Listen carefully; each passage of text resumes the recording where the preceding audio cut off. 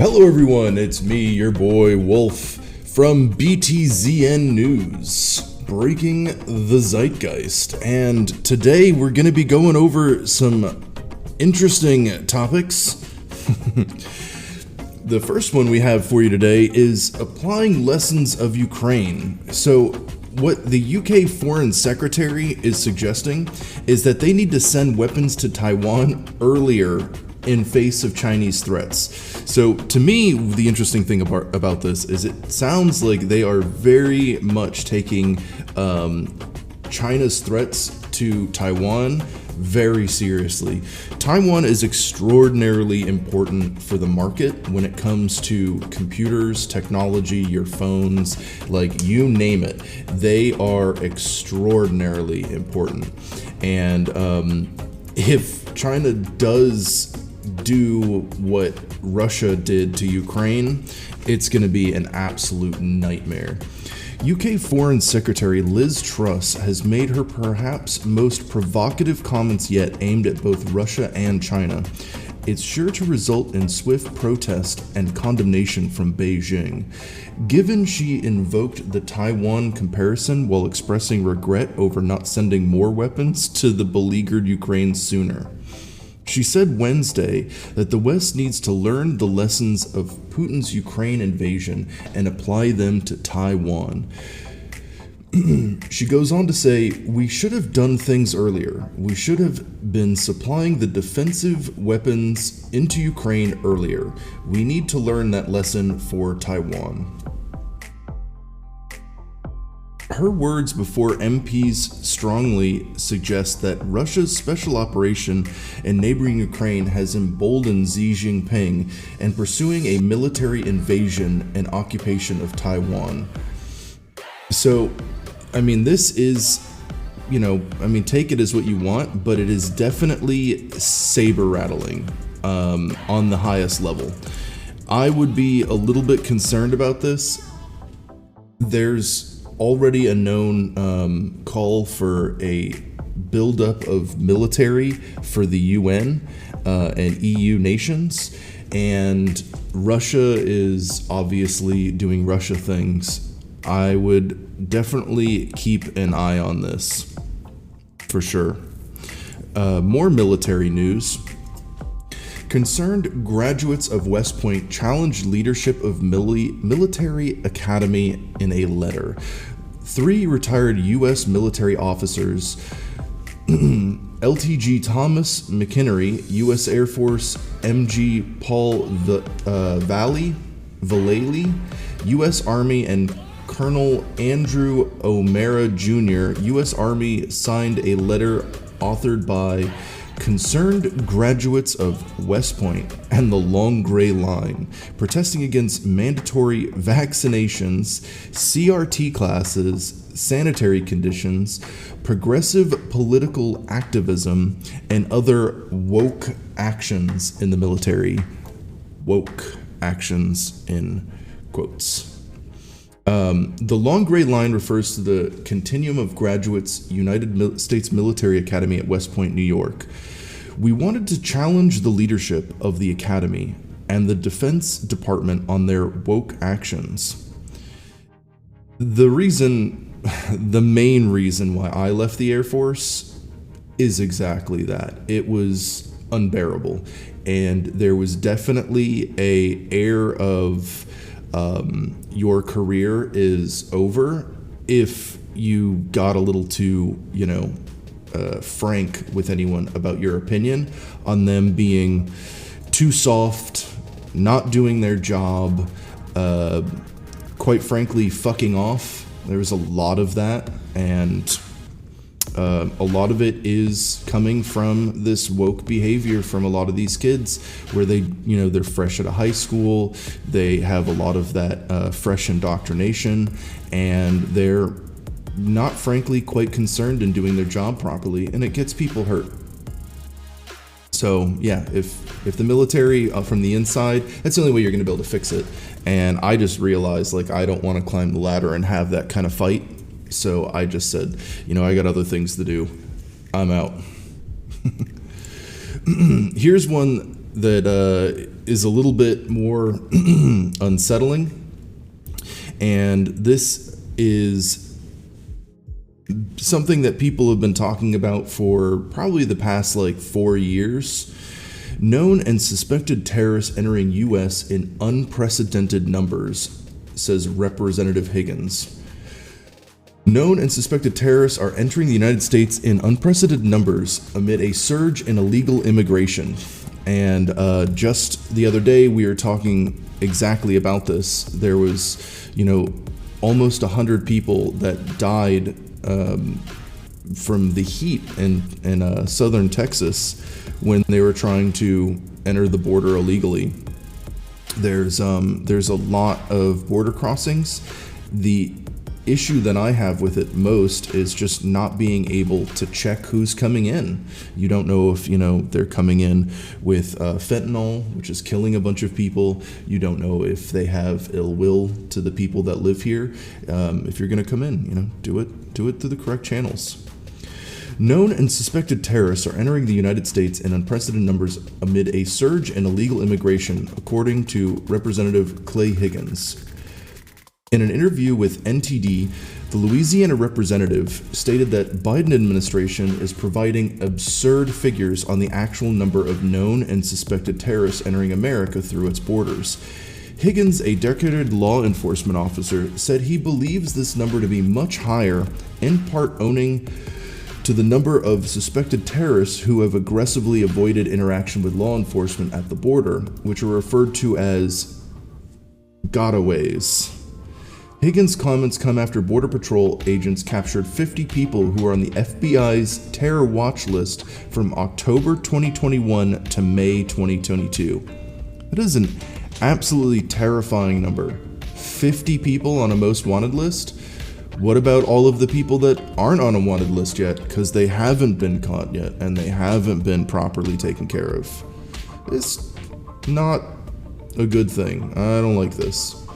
Towards the end of last year, I had estimated that we had lost about 250 KSTs known as suspected terrorists.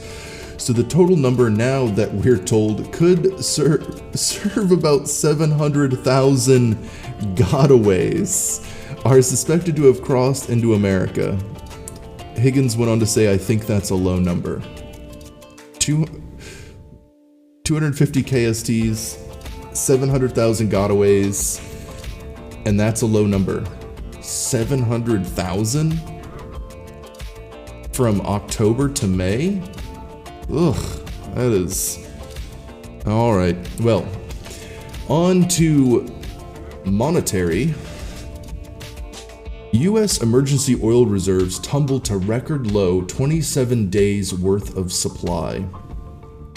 As we detailed earlier in the week, the latest weekly release has pushed the SPR below the 500 million barrels mark for the first time since 1986.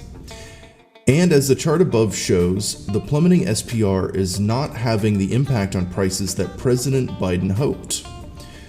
While that is ominous by itself, we note that in the context of US demand, it is even more of a concern, as based on the latest Department of Energy estimate of implied crude demand, there is just 27 days of supply left in the emergency oil reserves at a record low.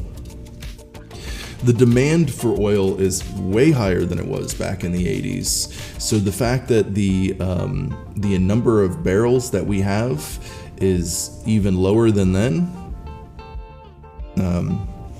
we're going to go on to a couple more articles here that's going to paint a better picture.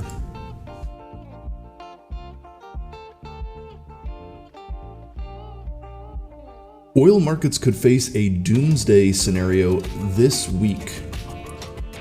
Expect lots of oil price volatility in the coming months as markets finally discover just how much spare capacity OPEC members really have. Oil production outages in Libya and the continued impact of Russia's invasion of Ukraine are going to push oil prices higher if new supply isn't found. While some analysts are predicting oil demand destruction in the near future, there is little evidence to back up those claims. Global oil markets are going to be very volatile OPEC will be meeting again in the coming days to discuss its export agreements. For years, OPEC producers have been the main swing producers in oil markets with a presumed spare capacity of more than 3 to 4 million BPD. Saudi Arabia and the UAE have always been seen as a point of last resort in case of a major crisis in oil and gas markets. Now, I know that the US and our oil reserves, we actually have quite a bit. I know in the past it's been said by the Rand Corporation that they want to make sure that we use basically the rest of the world's oil before we use our oil reserves, so that if there is ever an actual real oil crisis in the world where everyone runs out of oil, we have ours to tap into first. That is pretty interesting, and it kind of lines up with where the administration is heading. And if you don't know what the Rand Corporation is, there's a think tank. I believe it's the Rand Corporation. There's a think tank, an Air Force think tank, that basically takes a bunch of doomsday scenarios and runs, what would we do and how would we basically, without moral chains, how would we handle this at the most, the worst level? And some of the people in politics follow very closely to those suggestions, and that's what leads them to do very bizarre things. Here's the third part of this story to kind of give you more of a rounded picture. The White House is quietly modeling for a $200 oil shock, while the Biden administration is hoping and praying that anyone will catch the comical January 6 kangaroo heresy court taking place in Congress and meant to somehow block Trump from running for president in 2024, while also making hundreds of millions of Americans forget that the current administration could very well be the worst in U.S. history. It is quietly preparing for the worst. As none other than pro-Biden propaganda spin master CNN reports, when it comes to what really matters, namely the economy, and specifically galloping gas prices, the White House is in a historic shambles. For an administration that ended last year forcing a leveling of 40-year high inflation and eager to tout a historical rapid recovery from the pandemic-driven economy crisis, there is a level of frustration that comes with an acutely perilous moment. Asked by CNN about progress on a seemingly intractable challenge, another senior White House official responded flatly, "Which one?" The suspects behind the historic implosion are well known: soaring prices, teetering poll numbers, and congressional majorities that appear to be on the brink have created no shortage of reasons for unease. You don't have to be a very sophisticated person to know how lines of presidential approval and gas prices go historically in the United States, a senior White House official told CNN. A CNN poll of polls averages ratings for Biden's handling of the presidency finds that 39% of Americans approve of the job he's doing. So you can see here, Real Politics, political Trump job approval, poll average here in red, and the polling data from 1/27/21 to 2/13/2025. They're between 45 and 37. And the storage petroleum reserve right here, down to 0.498 million. You can see it kind of dumping down here. Negative 6,950 points. Javier Blas says oil market. Over the last 2 weeks, the US government has injected 13.7 million barrels from the SPR into the market, and yet commercial oil stockpiles still fell 3 million barrels over the period. Just imagine if the SPR wasn't there, or what would happen post-October when sales end. So, get ready for some crazy gas prices. Here's the punchline. At the current record pace of SPR drainage, one way or another, the Biden admin will have to end its artificial attempts to keep the price of oil lower sometime in October, or risk entering a war with China over Taiwan with virtually no oil reserves. This means that unless Putin ends his war sometime in the next 5 months, there is a non-trivial chance that oil will hit a record price of around $200, precisely the price the White House is bracing for, a few days before the midterms, well, translates into $10 plus gasoline. All right, so as you can see, we have some issues here with, their saber rattling with Taiwan and China. You have them bracing for record gas prices, $10 plus at the pump. You kind of like get a bigger picture on this stuff. It looks like they're bracing for war with China. It looks like what they're worried about is not having the oil reserves and oil prices going up. You have a bunch of known and unknown bad actors entering the United States. We could see, hopefully we won't. Hopefully, I like it when things are chill and I get to hang out and play video games and have a nice, comfy, cushy life. I mean, I'm pretty sure that's all of us. Most of us don't want war and we don't want all this stuff. There's got to be a point where we push back against the powers that be and let them know, hey, look, I just want, food, a roof, and entertainment. And I don't want all this meat grinder bullshit. On to more monetary stuff, having to do with the housing market. What will it take to end rampant home price inflation? Why this is kind of important to me is home prices are absolutely out of control. On the other side of that, home showings are plummeting. The numbers of people that are going and viewing homes are going way down, and the prices are going way up. Those two numbers don't make sense. We do know that we have a lot of business venture capital coming in, buying up homes, and it looks like they're getting ready to kind of just turn everyone into a renter on purpose. I mean, that's what it feels like. If you own a home, maybe don't sell it. Real wages are falling, inflation is at a 40-year high, and the Atlanta Fed predicts we'll find GDP growth at 0 for the second quarter. Meanwhile, both yield curve and money supply growth point to recession. But when it comes to the latest data on home prices, there's still no sign of any deflation or even moderation. For example, the latest Case-Shiller home price data shows home prices surged above 20% year over year in April, marking yet another month of historic highs in home price growth.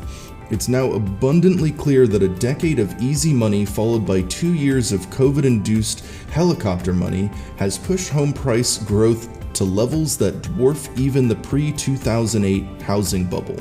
This continues to make housing less affordable for potential first-time homebuyers and for renters. Unfortunately, the options for doing something are limited and probably require a recession, which is why a lot of people are thinking that a recession has to be in the mix because of what's happening with the current housing market.